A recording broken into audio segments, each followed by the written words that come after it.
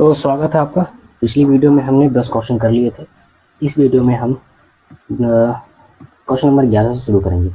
हम सॉल्व कर रहे हैं बीपीएससी टीआरई 1 के शिफ्ट 2 का मैथ का प्रीवियस ईयर के क्वेश्चन। अगर आपने पिछली वीडियो नहीं देखी है तो उसमें आप देखें। पिछली 2 वीडियो में हमने 10 क्वेश्चन कवर किए हैं और मैं कोशिश करूँगा कि 6 क्वेश्चन और है इस वीडियो में कंप्लीट करके मैं इस शिफ्ट 2 के भी सारे मैथ के क्वेश्चन खत्म कर दूँ। तो चलिए शुरू करते हैं। और अगर आपने चैनल को सब्सक्राइब नहीं किया तो सब्सक्राइब कर लीजिए, क्योंकि इस चैनल पे बीपीएससी के लिए और भी टीचिंग एग्जाम के लिए वीडियो आती रहेंगी। चलिए, ये पहला हमारा आज का इस वीडियो का पहला क्वेश्चन है, यानी कि इस शिफ्ट का 11वां क्वेश्चन है। 11 नंबर क्वेश्चन क्या कहता है कि एक परीक्षा में कुल अभ्यर्थियों का 37.5% छात्राएं थी। ठीक है, छात्रों का 75% तथा छात्राओं का 62.5% सफल हुए तथा 342 छात्राएं असफल हुई। असफल छात्रों की संख्या क्या थी वो बतानी है। ठीक है, तो हम यहाँ पे जो चीज़ दिया गया है पहले उसको हम आराम से लिखते हैं। कुछ कुछ दी गई है, कुछ चीज़ें हमें यहाँ पे दी हुई है, तो कुछ हमें यहाँ पे खुद ही अपने आप समझनी है। ठीक है, तो क्या क्या दी गई है, बिना टाइम को खराब किए हम इसे शुरू करते हैं। हमें क्या बताया कि अभ्यर्थियों की छात्राएं बताई कितनी, 37.5%। सबसे पहले छात्राएं, छात्राओं के लिए मैं लिखूंगा यहाँ पे गर्ल्स यानी कि जी, और छात्रों के लिए लिखूंगा मैं बी। ठीक है, तो गर्ल्स के लिए क्या बताया, 37.5% है। कितना, गर्ल्स स्कूल का पूरे बच्चों में से 37.5% है, साथ ही सही 1/2%। तो 100% होता है पूरा, उसमें 37.5 तो गर्ल्स हो गई। तो बॉयज़ कितने बचे, 100 में से घटाने पर मिलेगा हमें बॉयज़ का 62.5%। ठीक है, जब इसको दोनों जोड़ेंगे तो 100 हो जाएगा, यानी कि टोटल का हमने परसेंटेज पूरे में से घटा दिया। तो गर्ल्स का परसेंटेज हमें मिल गया, बॉयज़ का परसेंटेज मिल गया कुल का। और यहाँ पे ये कहा है कि छात्रों का, छात्र मतलब बॉयज़ का 75% और छात्राओं का यानी कि इस वाले का, गर्ल्स का 62.5% सफल हुए। ठीक है, और छात्राओं में से 62.5% सफल हुए और छात्राओं की संख्या ही बता दी यहाँ पे कितनी छात्रा हैं, 342 छात्राएं सफल हुई हैं, सॉरी असफल हुई हैं। ठीक है, सफल वाले का नहीं बताया, असफल हुई हैं।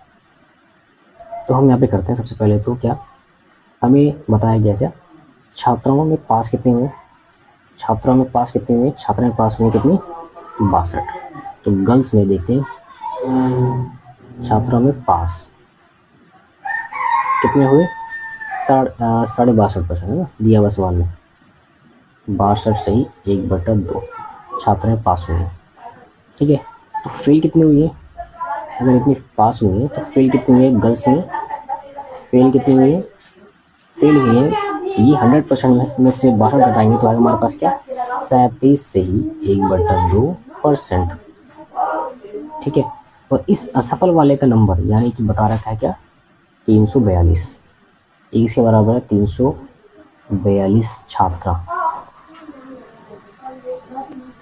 ठीक है, अब हमारा यहीं से सवाल हो गया आसान। हमें जो ढूंढना था वो यहाँ ये ढूंढना था, ये असफल छात्रा दी गई थी और असफल छात्रा का प्रतिशत कितना है ये। ठीक है, तो हम इसको यहाँ से सॉल्व करेंगे। असफल छात्र का प्रतिशत है 37.5% और ये बराबर किसके है, 342 के। ठीक है, तो ये 37/2 जो है इसे काट के हम क्या ले सकते हैं, 3/8। ये कैसे होगा आप कैलकुलेट कर सकते हैं। ठीक है, 3/8 और ये किसके बराबर है, 342 के बराबर है। और अब क्या होगा, नीचे जो 8 है इसे हम डिवाइड से हटा के दूसरी तरफ ले जाएंगे तो मल्टीप्लाई हो जाएगा। ठीक है, ये क्या है, छात्राएं। ठीक है, तो कितनी छात्राएं हमें मिलेंगी, हमें मिलेंगी 342। अब इस पूरे नंबर को दूसरी तरफ लेके जाएंगे तो ये पलट जाएगा, यानी कि डिवाइड वाला मल्टीप्लाई में और मल्टीप्लाई वाला डिवाइड में, तो ये हो जाएगा 8/3। और जब इसको काटेंगे तो हमें क्या मिलेगा, 3 एकम 3, 3 एकम 3 और 1 बचेगा, 3 चौक 12, 114 गुना में 8, ये कितना हो जाएगा, 8 एकम 8, 8 एकम सॉरी ऐसे 8 चौक 32, एक मिनट पहले मिटा लेते हैं। 8 चौक 32, 8 एकम 8 बस 11 और 8 एकम 8 और 9। तो छात्राएं कितनी हैं, कुल छात्राओं की संख्या कितनी है, 912। ठीक है, कुल छात्राएं कितनी है, 912। ठीक है, अब एक चीज यहाँ पे देखना है, क्या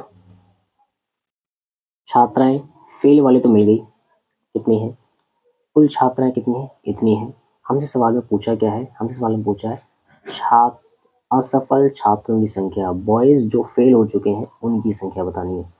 तो पहले हम यहाँ देखते हैं कि छात्रों की संख्या तो मिल गई है, हाँ गर्ल्स और बॉयज़ का हमें प्रतिशत भी पता है, कितना है प्रतिशत, प्रतिशत हमारा ये 37.5 और 62.5। जब हम इसका रेशो निकालेंगे 37.5 और 62.5 का, तो क्या होगा देखते हैं एक बार। गर्ल्स का और बॉयज़ का अनुपात बना लेते हैं। गर्ल्स का पूरा नंबर हमें पता है, इसलिए मैं ऐसे कर रहा हूँ। ठीक है, ये कितनी है, 37.5 और ये कितनी, 62.5। अब जब ये सॉल्व होगा तो आएगा क्या, 3/8। ये सॉल्व होकर आ जाएगा क्या, 5/8। ये कैसे होगा एक बार देख लेते हैं। 37.5, 37.5 तो 37 सही 1/2 का प्रतिशत। ठीक है, 2 सत्ते 14, 2 तिया 6 और 1 7, 74 और 1 75, ये हो जाएगा 75/2 प्रतिशत। प्रतिशत को क्या कर देंगे, 1/100, ये 75 लिखना है, 75। ठीक है, अब 75 एकम 75 नहीं, 25 तिया 75 और 25 चौके 100, 4 दूनी 8 और ऊपर में क्या 3, तो ये क्या हो गया 3/8। इसी तरीके से 62.5 का भी हम कर सकते हैं। ठीक है, मैंने एक को करके दिखा दिया, दूसरा आप कर सकते हैं।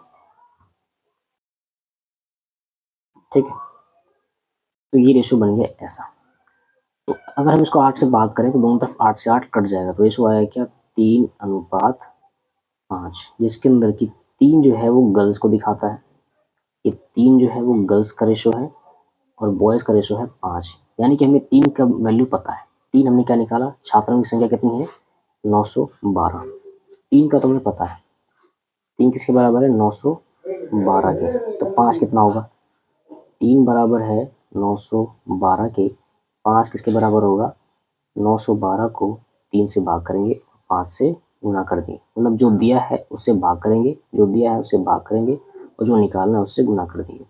तो क्या होगा, भाग करने पर कितना आएगा, 3 से काटेंगे तो ये आएगा, कटेगा 30 पे, कटेगा 4 पे, 3 चौक 12 मल्टीप्लाई में 5, इसको गुना करेंगे आएगा 4 पंजे 20, 4 और 5 जीरो से काटेंगे तो 0, 5 को 0 से मल्टीप्लाई करेंगे 0 बचा 2, तो 5 दिया 15, यानी कि 1520 इसका आंसर। ये लड़कों की संख्या है, कुल बॉयज कितने हो गए, 1520। ठीक है, लेकिन सवाल में हमसे ये भी नहीं पूछा, हमसे पूछा क्या कि इसका जो बच्चे हैं फेल वाले कितने हैं, टोटल बॉयज कितने दिखाए हैं पास, सवाल में छात्रों का 75% तो पास हुए हैं। ठीक है, तो फेल कितने हुए होंगे, इस 512 में से पास जो हुए हैं वो 75% हुए हैं, तो फेल कितने होंगे, 25%। और हमें पूछा है यही 25%, यानी कि हमें 512 का 25% निकालना है, 520 का 25%। ठीक है, 25 कम 25, 25 चौके 100। ठीक है, ये कटेगा 4 तिया 12, 15 और 4 8 32, ये 0 कितना आ रहा है, 380। क्या ऑप्शन में 380 है, हाँ ऑप्शन में 380 दिख रहा है, ऑप्शन नंबर बी हमारा राइट आंसर है। चलते हैं नेक्स्ट क्वेश्चन के ऊपर। तो सवाल है क्वेश्चन नंबर 12। क्वेश्चन नंबर 12 क्या कहता है, इसमें कहा जा रहा है कि -2/3 और 1/2 के बीच में दो संभव परिमेय संख्याएं कौन कौन सी हैं वो बतानी है। ठीक है, तो हम इसे सॉल्व करते हैं। क्वेश्चन ये हार्ड नहीं है। कई बार लोग ये परिमेय संख्या देखते ही थोड़ा सा घबरा जाते हैं, लेकिन इसमें समझना है आसान। परिमेय संख्या क्या होती है? ऐसा नंबर जो p/q के फॉर्म में लिखा हुआ हो और q जो है वो कभी भी 0 के बराबर नहीं होना चाहिए, यानी कि अंश और हर के बटे के फॉर्म में लिखा हुआ हो और जिसमें कि हर 0 ना लिखा हुआ हो, उसे कहते हैं परिमेय संख्या, यानी कि नंबर है एक तरीके से ये भी। तो करना क्या है हमें, हम जो है ये जो नंबर दिया हुआ है हमें दोनों, इन दोनों नंबर को, कौन कौन सा नंबर है, -1 और 2 मिटा ही लेता हूँ, ये समझा चुका हूँ इसलिए मैं इसको कोई ज़रूरत नहीं रखने का यहाँ पे। तो -2/3 और दूसरा नंबर है क्या, 1/2। दोनों में हम देखेंगे हर दोनों में अलग अलग है। हम इस क्वेश्चन को आसान करने के लिए दोनों के हर को बराबर करेंगे। कैसे बराबर होगा, दोनों के हर का हम एलसीएम लेकर दोनों तरफ मल्टीप्लाई कर देंगे। ठीक है, एलसीएम क्या होगा यहाँ पे, या हम ऐसा भी कर सकते हैं, इस 2 को दोनों तरफ यहाँ मल्टीप्लाई करेंगे ऊपर नीचे, और इस 3 का मल्टीप्लाई करेंगे यहाँ पे ऊपर नीचे। ठीक है, तो नीचे में सेम हो जाएगा।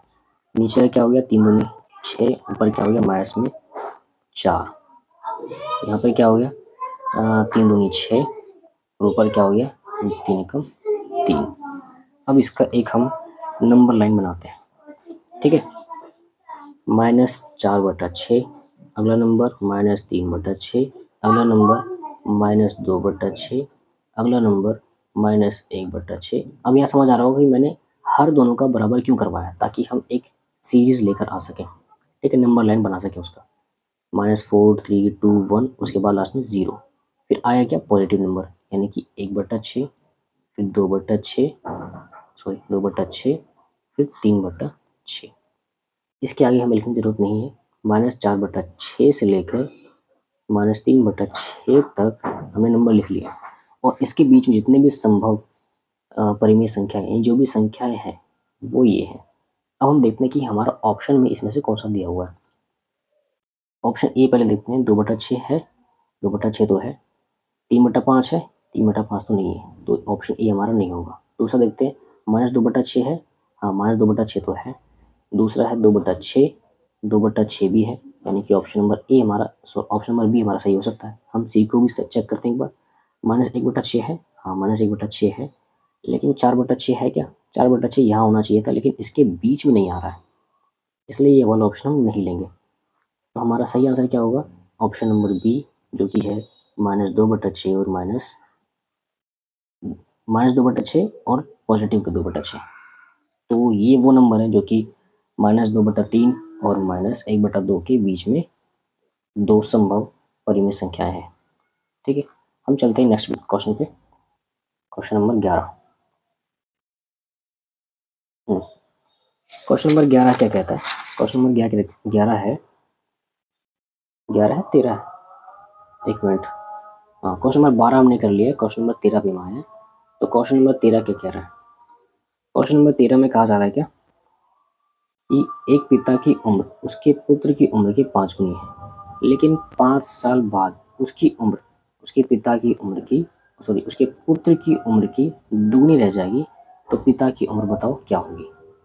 ठीक है, तो सॉल्व करते हैं। पहले क्या क्या दिया है वो लिख लेते हैं। हमें दे रखा है कि सबसे पहले मानते हैं क्या, फादर की एज, एफ लिख रहा हूँ फादर, उसको मान लेते हैं एक्स। ठीक है, तो फादर नहीं, पुत्र की माननी पड़ेगी क्योंकि पुत्र से मल्टीप्लाई हो रहा है ना। सन की एज मान लेते हैं एक्स है, तो फादर की क्या हो जाएगी 5x। तो शुरू में जो बोला है यहाँ पे इसने कि एक पिता उसकी उम्र उसके पुत्र की उम्र से 5 गुनी है, उसकी पुत्र की उम्र से 5 गुनी, फादर और सन के उम्र का हम लगाते हैं रेशो। ठीक है, तो सन का उम्र माना हमने x, फादर की उम्र क्या 5x, इनका रेशो कितना है 5x का। ठीक है, फिर कहता है 15 साल बाद, 15 साल बाद इनकी उम्र में 15 जुड़ जाएगा, +15 यहाँ भी होगा और +15 यहाँ भी होगा।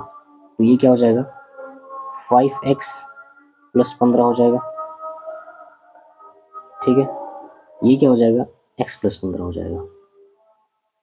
और आगे क्या क्या आ गया कि 15 साल के बाद उसके पुत्र की उम्र की दोगुनी, पुत्र की उम्र की दोगुनी यानी कि पुत्र की उम्र में दोगुना कर दो, उसके बराबर उसके पिता की उम्र हो जाएगी। यानी कि अब यहाँ पर हम इसको रेशो हटा के क्या लिखेंगे, पिता की उम्र कितनी हो जाएगी, पिता की उम्र अभी 5 साल के बाद कितनी है ये, ठीक है, ये कितनी हो जाएगी, उसके पुत्र की उम्र के 2 गुना के बराबर। पुत्र की उम्र कितनी है 5x, x + 15 है, तो इसका 2 गुना बस। और अब हम यहाँ पे x की वैल्यू निकाल कर आसानी से सॉल्व कर सकते हैं। x की वैल्यू हमें किसने मानी, हमें कैसे मानी है,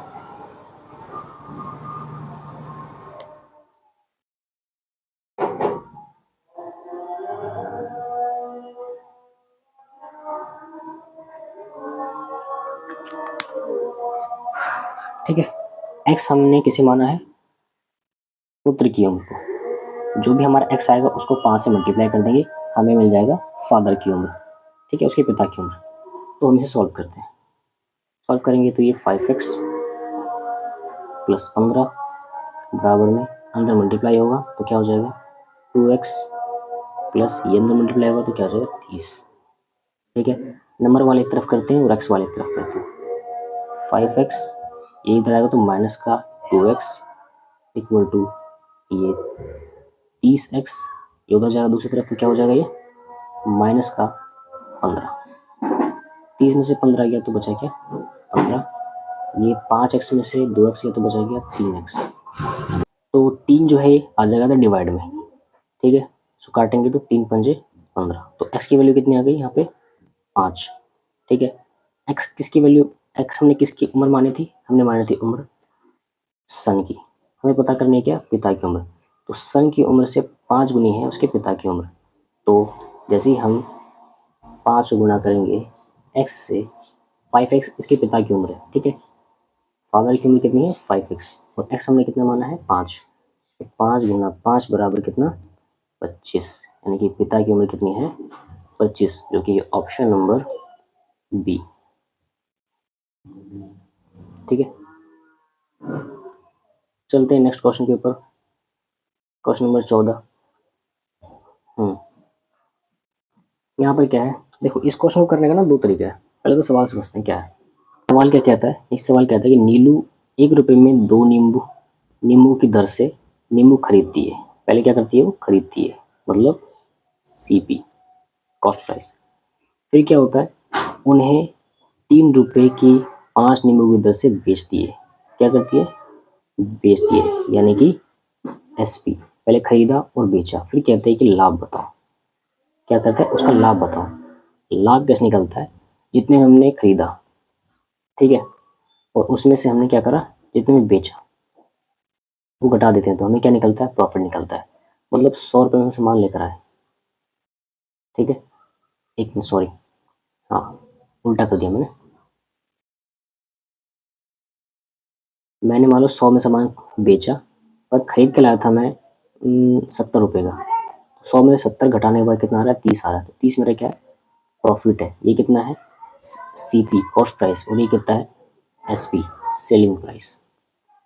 तो हमें ये चीज़ तो दिया गया है, तो हमें इसको समझना क्या है, इसको लिखने का तरीका देखो क्वेश्चन करने का। 1 रुपये में 2 नींबू, मैं यहाँ लिख रहा हूँ रुपये, यहाँ लिख रहा हूँ मैं दर, ठीक है, दर मतलब 2 नींबू या 4 नींबू जो भी, रुपये कितना 1 रुपये, 1 रुपये में कितना 2, ठीक है, दर कितनी होगी 2। फिर ये क्या खरीदा है, ये CP है, खरीदा मतलब CP है। फिर दूसरा क्या है 3 रुपये में 5 नींबू, रुपये कितने, रुपये के नीचे रुपये, 3 रुपये में कितने नींबू 5 नींबू, 5 नींबू। इसी तरीके से बना के सॉल्व करना है। और क्या करा बेचा है, बेचा मतलब SP, मतलब खरीद के बेचा है। यहाँ पर हम क्या करेंगे, आर्टिकल मतलब ये दर है इसको बराबर कर लेते हैं, दर को बराबर करेंगे हमारा आंसर हो जाएगा आसान, क्वेश्चन हो जाएगा हमारा आसान। कैसे करेंगे, इस 5 से ऊपर दोनों में गुणा कर देंगे, और इस 2 से नीचे इन दोनों में गुना कर देंगे। ठीक है,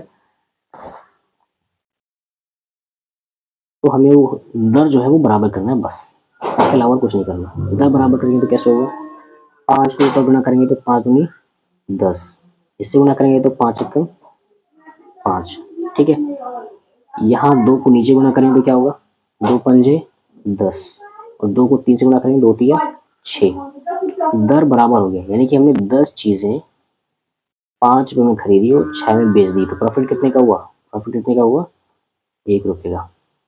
ठीक है, 1 रुपये का प्रॉफिट हुआ। अब पूछा है लाभ का प्रतिशत बताओ, तो जब भी हमें पता है ये चीज़ कि हम जब भी प्रॉफिट या लॉस निकालते हैं हम सीपी पे निकालते हैं। सीपी मतलब कॉस्ट प्राइस पे, सीपी कॉस्ट प्राइस यानी कि मूलधन पे, जो ऊपर प्रॉफिट होगा, परसेंटेज निकालने के लिए 100 से गुना। तो इसी को हम सॉल्व करेंगे। हमारा सीपी कितना है, हमें 5, 5 पे 1 रुपये का क्या हुआ, प्रॉफिट हुआ। ठीक है, परसेंटेज के लिए 100, काटेंगे कितना आएगा, 20, यानी कि 20% का उसको लाभ हुआ। ठीक है, जो कि ऑप्शन नंबर सी। आसान क्वेश्चन है। चलते हैं क्वेश्चन नंबर 15 पे। ठीक है, 15 नंबर सवाल, ये भी आसान है। पहले सवाल में दिया गया क्या है देख लेते हैं। एक विद्यालय में प्रत्येक विद्यार्थी या तो हिंदी या अंग्रेजी या दोनों, या तो हिंदी या अंग्रेजी या दोनों, ठीक है, दोनों लेता है। विषय यहाँ पे दो ही है, हिंदी और इंग्लिश। कुछ विद्यार्थी सिर्फ हिंदी लेते हैं, कुछ विद्यार्थी अंग्रेजी लेते हैं, लेकिन उन्हीं में से कुछ विद्यार्थी हैं दोनों भी ले लेते हैं।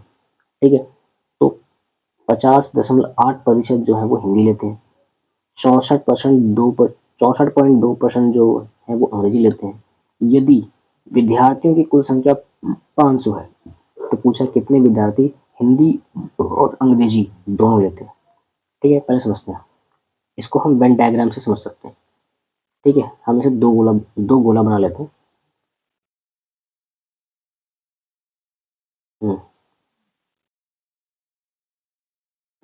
जो लाल वाला है हम मान लेते हैं कि ये हिंदी है। ठीक है, जो ब्लू वाला है गोला इसे हम मान लेते हैं अंग्रेजी है, इंग्लिश है। और हिंदी कितने लेते हैं क्या बताया, 58 और 50.8%। कितना ये लेते हैं, 50.8%। ठीक है, और अंग्रेजी कितने लेते हैं ये बताया कितना, 64.2%। ठीक है, और कुल जो टोटल स्टूडेंट है, टोटल स्टूडेंट कितने हैं, 500, यानी कि 500 का 50% हिंदी है, 50.8% हिंदी वाले हैं, और 500 का ही 64.2% कौन है, इंग्लिश वाले। तो हम इसका ना रियल में नंबर निकाल लेते हैं, परसेंट को बदलते हैं रियल नंबर में। ठीक है, तो पहले हिंदी की निकालते हैं। हिंदी वाले कितने हैं, 500 का 50.8%, परसेंट के लिए 100। ठीक है, काटेंगे तो क्या होगा, 2 जीरो से 2 जीरो गया। ठीक है, गुणा करेंगे तो 5 अट्ठे 40, जीरो ये 4, 5 पंजे 25 और 1 के बाद दशमलव, तो नंबर क्या आया हमारे पास, 254। 254, हिंदी में कितने बच्चे हैं, 254 है। हिंदी में कुल बच्चे हैं 254। इंग्लिश वाले का देख लेते हैं, अंग्रेजी वाले कितने हैं, 500 का कितना, मतलब कुल का कितना, 64.2%, परसेंट के लिए 100 से भाग कर देते हैं, मतलब वो 1/100 हो जाता है, इसलिए 2 जीरो से 2 जीरो हो गया। तो अगर गुणा करेंगे तो क्या होगा, 5 दूनी 10। ठीक है, 10 का जीरो, 2 5 20 और 1 21। ठीक है, 5 30 2 32, और यहाँ दशमलव है तो 1 के बाद दशमलव, तो यहाँ पे क्या जाएगा हमारे पास, 321। तो जो अंग्रेजी को लेने वाले कितने हैं, 321 बच्चे। ठीक है, और अगर हमें पता करना हो दोनों में दोनों कितना ने लिया, तो हम क्या करेंगे, हिंदी वाले में से माइनस कर देंगे इंग्लिश, सॉरी इनको इंग्लिश वाले को जोड़ेंगे और घटा देंगे 500 में से, तो हमें क्या मिल जाएगा, दोनों वाले। तो हिंदी का हमें पता है कितना है, हिंदी का है 254। इंग्लिश का पता है कितना है 321। घटाना है कितने 500 से, जो अंतर आएगा वो हम यहाँ पे लिख देंगे। इसको जोड़ते हैं, ये 575 माइनस में 500, मतलब हिंदी और इंग्लिश का जोड़ कितना आ रहा है 575 आ रहा है। ये 500 में 75 जो एक्स्ट्रा है यही है क्या, ये दोनों में आ रहा है, यानी कि 75 बच्चे ऐसे हैं जिन्होंने दोनों लिया, यानी कि ऑप्शन नंबर सी हमारा सही आंसर है। ठीक है, चलते हैं नेक्स्ट क्वेश्चन पे जो कि लास्ट क्वेश्चन है।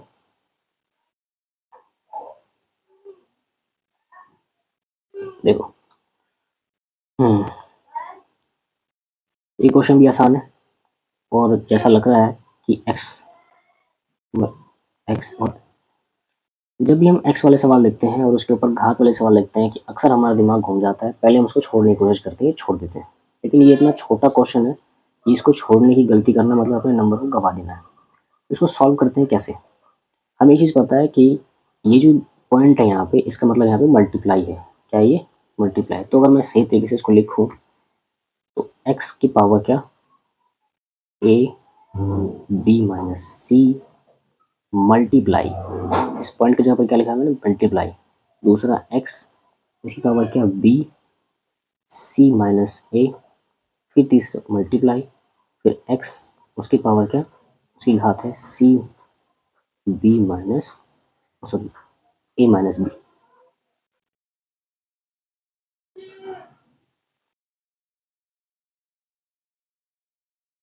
ठीक है, और हमें पता है जब भी कोई नंबर जिनका बेस सेम हो, आधार सेम हो और वो गुना में हो तो उनकी घात जुड़ जाती है। गुना में आधार सेम होने पर गुना में क्या होता है, घात जुड़ जाती है, जुड़ जाती है।